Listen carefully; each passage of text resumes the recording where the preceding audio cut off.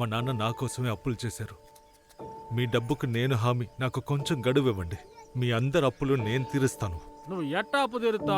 ఈ ఊళ్ళోని పెద్ద చదువులు చదివినా, పెద్ద ఉద్యోగం చేసి సంపాదించి మా అప్పులు తీరుతాను కదా నీకు డబ్బు ఇచ్చిందే. కానీ నువ్వేం చేసావు? నీ కాడ చదువుకోవడానికి వచ్చిన పిల్లని చేయి పట్టుకొని లాగావు. ఇక నీకు ఉద్యోగం ఎవడెత్తాడు? మా అప్పులు ఎట్టా తీరుతావు?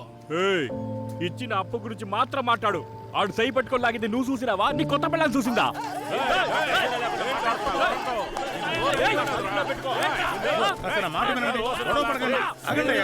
చిన్నస్వామి పెద్ద భార్య పిల్లలు కూడా వచ్చినారు.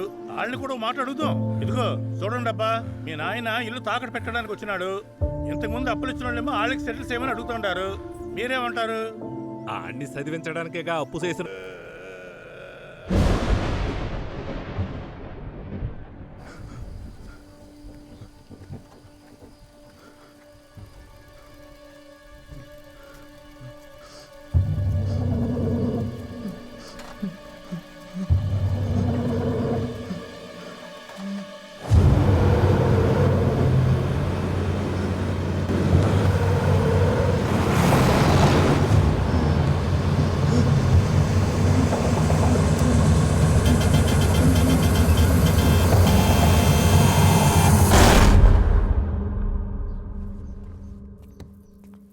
మీరా, ఇప్పుడు నువ్వు తిరునెల్వేలి వెళ్ళక తప్పదా?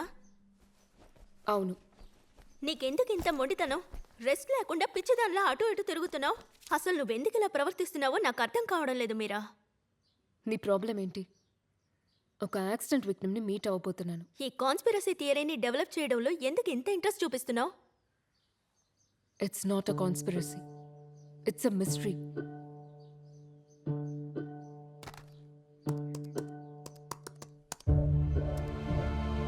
ఇండియాలో 4-వే లేన్ కాన్సెప్ట్ వచ్చాక రోడ్డు ప్రమాదాల సంఖ్య చాలా వరకు తగ్గింది. కానీ NH44లో ఒక పర్టిక్యులర్ జోన్లో మాత్రం యాక్సిడెంట్స్ చాలా ఫ్రీక్వెంట్గా జరుగుతున్నాయి. అక్క, ఇప్పటి వరకు ఈ ఒక్క ప్రదేశంలోనే 7 కంటే ఎక్కువ యాక్సిడెంట్లే జరిగాయి. కారణం ఏంటో ఎవ్వరికీ తెలీదు.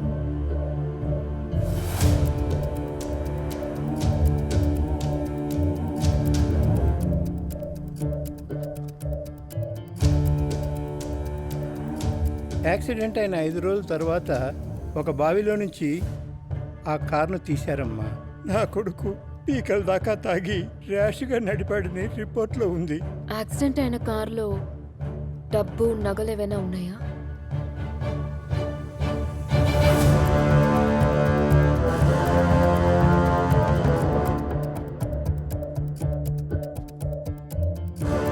కార్ బావిలో పడిన 2 రోజుల తర్వాతే పోలీసులు ఐడెంటిఫై చేశారు.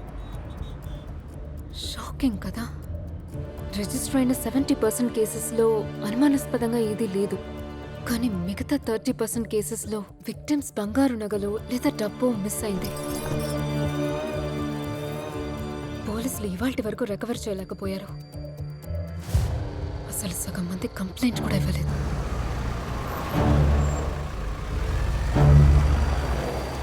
నాకు ఊహ తెలిసిన కాడి నుంచి ఇక్కడ 4-5 యాక్సిడెంట్లు జరిగాయమ్మా. పోయిన వారం కూడా ఒక కుటుంబం మొత్తం చనిపోయింది. ఆ యాక్సిడెంట్లో ఎంతమంది చనిపోయారు? 4 చనిపోయారమ్మా.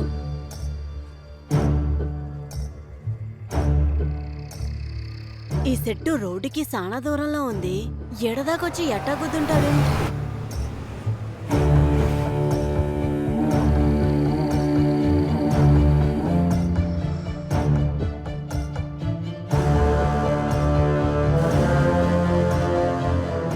పెనిమిటి 15 ఏళ్లుగా డ్రైవర్గా పనిచేస్తున్నాడు. ఒక్క యాక్సిడెంట్ కూడా చేయలేదు. వీడు బండి బాగా తోలుతాడని అందరూ అనేవారు. కానీ ఆ రోజు ఆ యాక్సిడెంట్ ఎలా జరిగిందో ఇవాల్టి వరకు ఎవరికీ తెలీదు.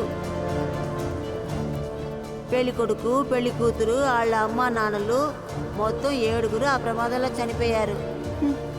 ఆ యాక్సిడెంట్లో నా పెనిమిటి బతికాడని సంతోషించాలో లేక బతికున్నా ఇలా శవంలా పడినందుకు ఏడవాలో తెలియడం లేదమ్మా.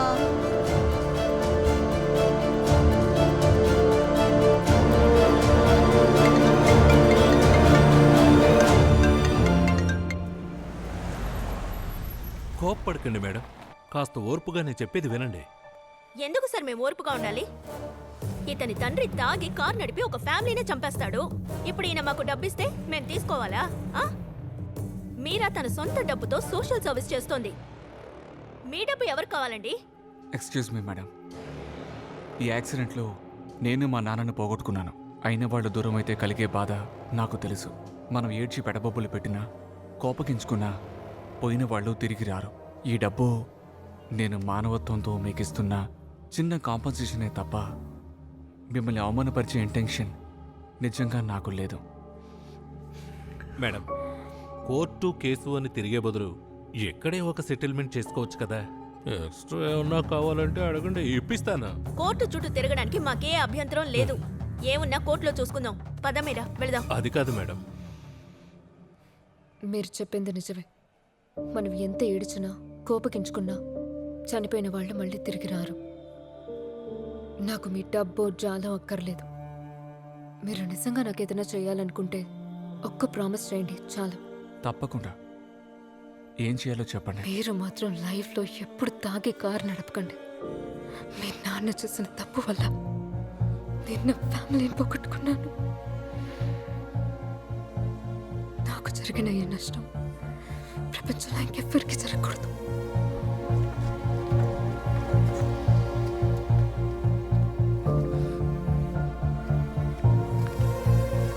ఒక నిమిషం మేడం. ఈ యాక్సిడెంట్ ఎందుకు జరిగిందో ఎలా జరిగిందో నాకు తెలియదు, కానీ ఒక్క విషయం మాత్రం ఖచ్చితంగా చెప్పగలను. మా నాన్న తాగి డ్రైవ్ చేయడం వల్ల ఈ యాక్సిడెంట్ జరగలేదు. ఎస్, యాక్సిడెంట్ జరిగిన రోజున మా నాన్న తాగలేదు. మా నాన్న ఉత్తముడని నేను చెప్పడం లేదు, కానీ ఆయనకి మా అమ్మ మీద ఉన్న ప్రేమ నిజం. అమ్మ డెత్ యానివర్సరీ రోజు తాగేంత చెడ్డవాడు కాదు మా నాన్న. కానీ పోస్ట్ మార్టం రిపోర్ట్లో మీ నాన్నగారి బాడీలో ఆల్కహాల్ ఉందని వచ్చింది. How is that possible? తెలీదు. That might be a human error or conspiracy. ఇప్పుడు నేనేం చేసినా మా నాన్న ప్రాణాలతో తిరిగి రాడు. But I have my wife, kid and business. They need me. I don't want to dig more.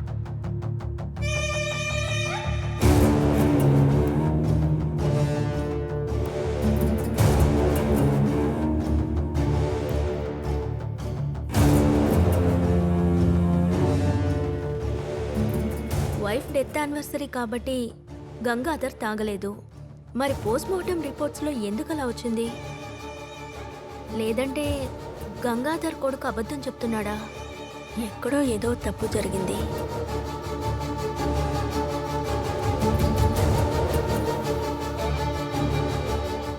Doctor పేరు మదన్ గోపాల్, తిరుమంగళం జీహెచ్లో పనిచేస్తున్నారు. ఇప్పటి వరకు 5,000కు పైగా పోస్ట్ మార్టమ్స్ చేశారు. విచారించి చూస్తే ఆయన గురించి మనకి క్లీన్ ఇన్ఫర్మేషనే వచ్చింది.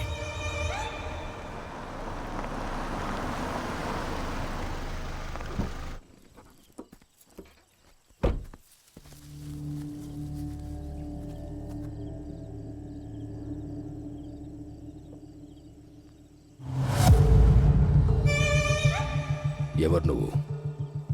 నీకేం కావాలి? గంగాధర్ పోస్ట్ మార్టం రిపోర్ట్ని ఎందుకని మ్యానిపులేట్ చేశారు? ఎవరి కోసం చేశారు? నిజం తెలిసే వరకు నువ్వు నన్ను చంపవు. నేను అటాక్ చేసే అంత శక్తి నాకు లేదు. So why this drama? Come sit down, let's have a talk. Come.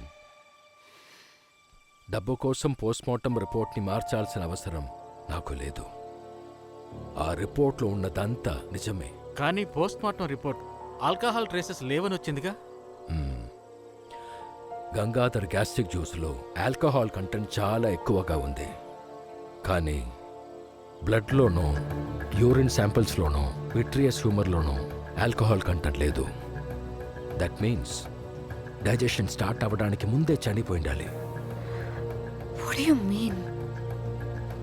Cause of death accident కాబట్టి ఆయన డ్రంక్ అండ్ డ్రైవ్ చేసుంటారు. అదర్వైజ్ ఇలాంటి రిపోర్ట్ రాదు. కానీ గంగాధర్ కొడుకు స్టేట్మెంట్ని బట్టి చూస్తే ఆ రోజు ఆయన డ్రింక్ చేయలేదు. If you still have doubts, forensic ఎక్స్పర్ట్స్తో యాక్సిడెంట్ అయిన కార్ని ఎగ్జామిన్ చేయించండి. I'm sure you will find alcohol traces.